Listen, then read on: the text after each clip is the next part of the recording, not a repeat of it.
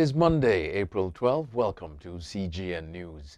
The University of the West Indies, UWI Seismic Research Center and the National Emergency Management Organization, NEMO, have confirmed that there was a large explosion at the Soufriere volcano at approximately 4:15 a.m. this morning, Monday.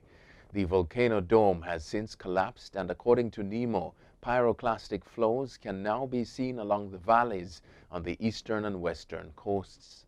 In a bulletin issued at 6 p.m. on Sunday, NEMO said the seismic network recorded short episodes of high-amplitude seismic tremor, each lasting around 20 minutes and with gaps between them from 1 to 6 hours. Director of the Seismic Research at the University of the West Indies in Trinidad, Dr. Urosila Joseph, says the Soufriere volcanic eruptions in St Vincent could go on for months. Speaking Sunday on Radio Jamaica, Dr. Joseph said there have been more than 20 explosions so far. Comparing the current eruption to that of 1979, Dr. Joseph said the explosion and the ash are going more vertical rather than flowing downward.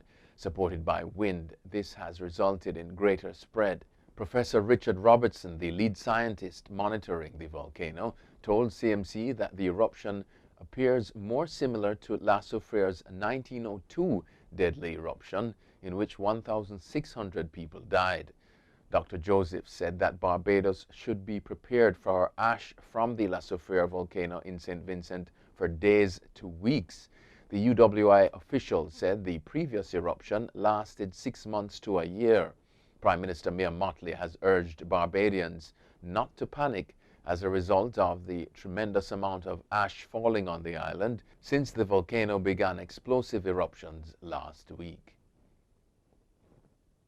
The Caribbean Development Bank, the CDB, says it is coordinating a multi-tiered response to the crisis in St. Vincent caused by the eruption of the Soufriere volcano.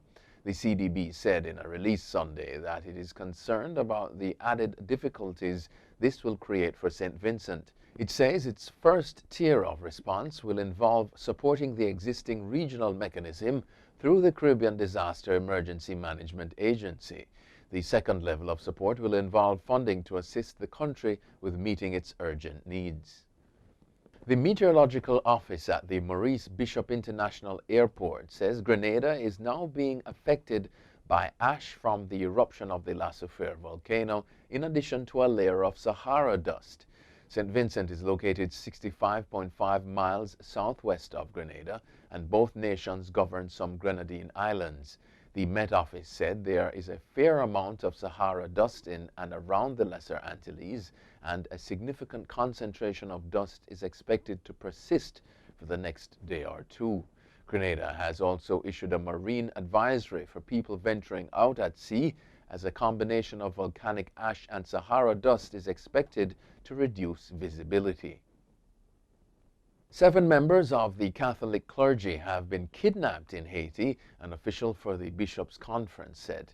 The 5 priests and 2 nuns were abducted in a commune northeast of Port-au-Prince while on their way to the installation of a new parish priest. The kidnappers demanded a $1 million ransom for the group, which includes 1 French priest and 1 French nun, he added.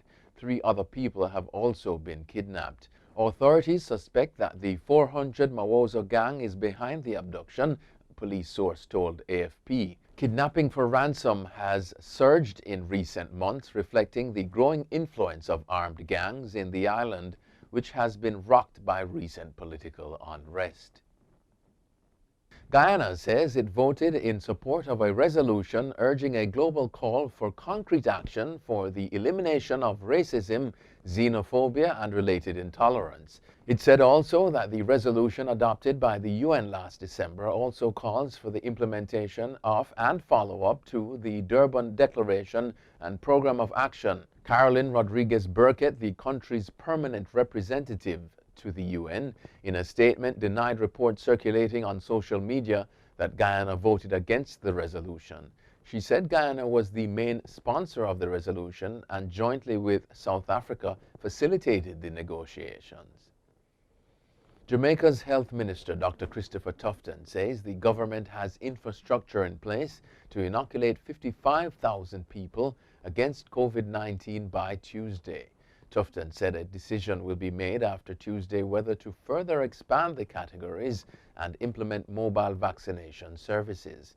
He said there have been no more reports of people being turned away from vaccination sites because of their mode of dress. There were reports last week that persons in sleeveless tops were prevented from accessing sites. Registration prior to visiting inoculation centers is also no longer required.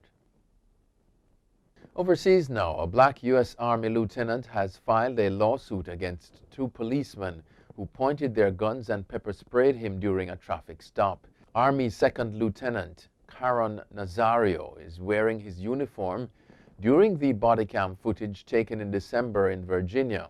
Police say he was stopped for failing to display license plates, but temporary plates are visible in the video.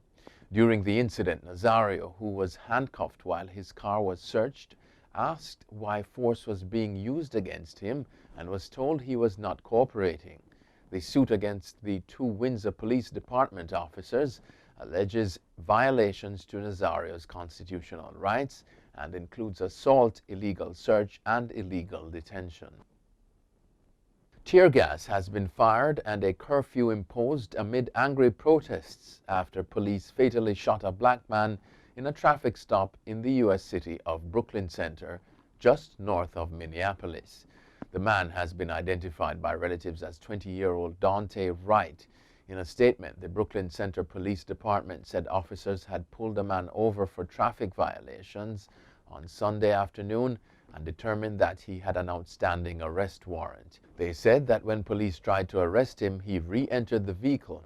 An officer then shot the driver, who drove on for several blocks before he crashed into another vehicle. He was pronounced dead at the scene. His girlfriend, who was a passenger in the vehicle, was unhurt. That's it for CGN News. I'm Scott Wilson. Thanks for watching.